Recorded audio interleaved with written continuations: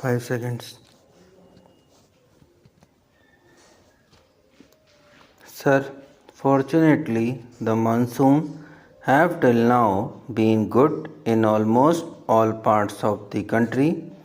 As a result of this, hydroelectric generation has improved considerably, and this coupled with higher thermal generation has led to the improvement in the power availability in the country.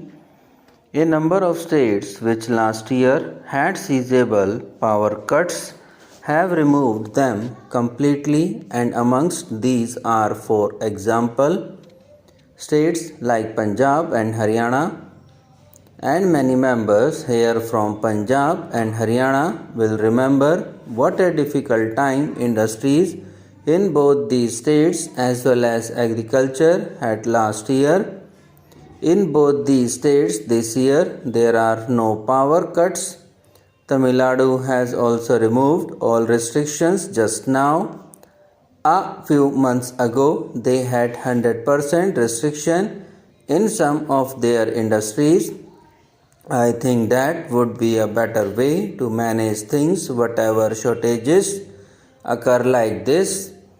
States like UP, Maharashtra and Karnataka, which last year were faced with great difficulties in the field of power, have considerably relaxed these power cuts.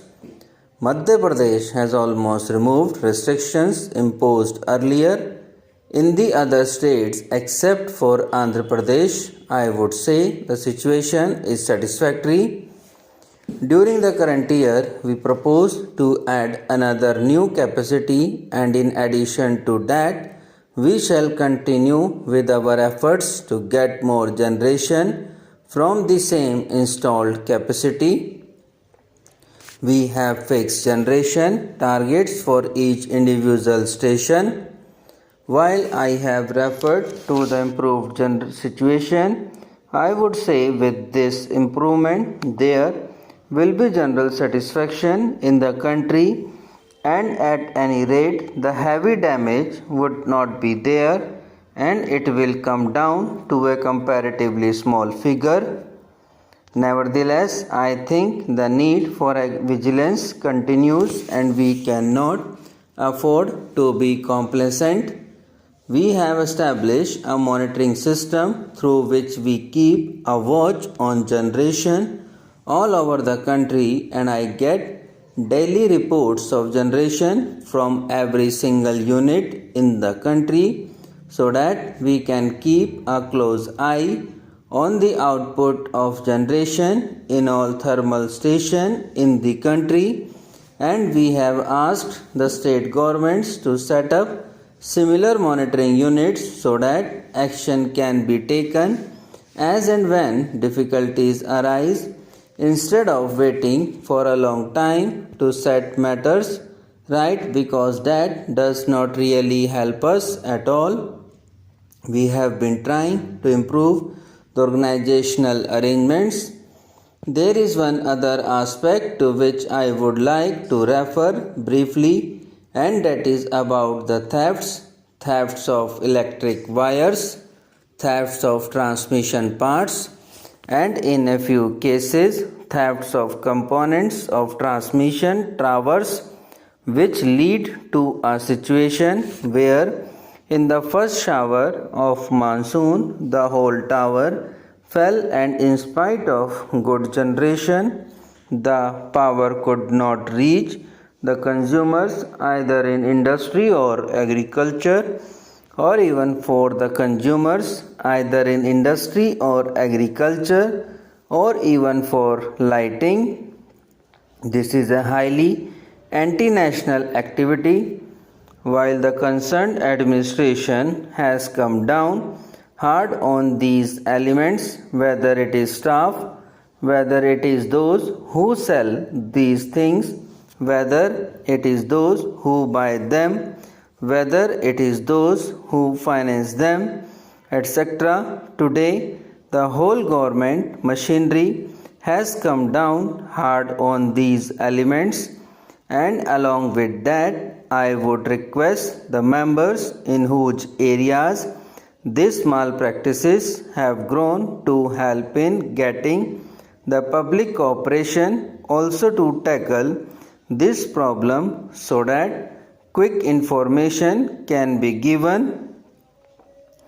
I know that in the past, a couple of years back, when similar thefts of the wire were taking place in the transmission lines of the railways, the public cooperation helped us very greatly in putting an end to this, and the police patrols also helped to a large extent because villagers were patrolling the railway lines and immediately they gave the information, and in some cases they apprehended the criminals.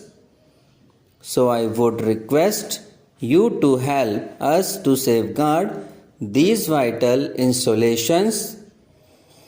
We ourselves intend to examine whether the law needs any strengthening to take action against such elements.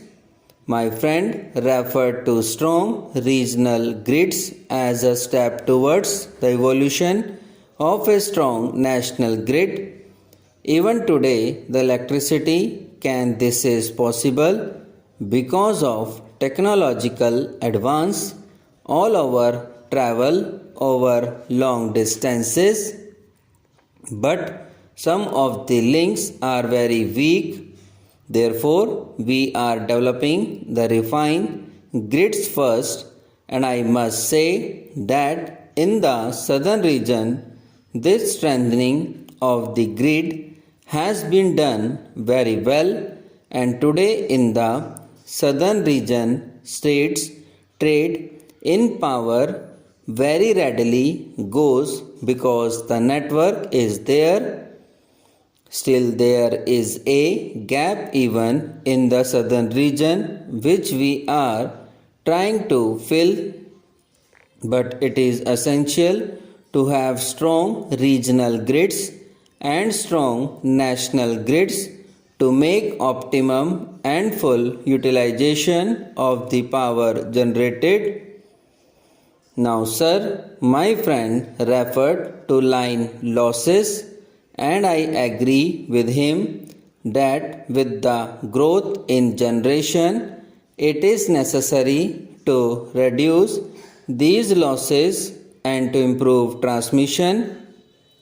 This is one of the important factors that has to be kept in mind. Subscribe now and press the bell icon. Never miss an update.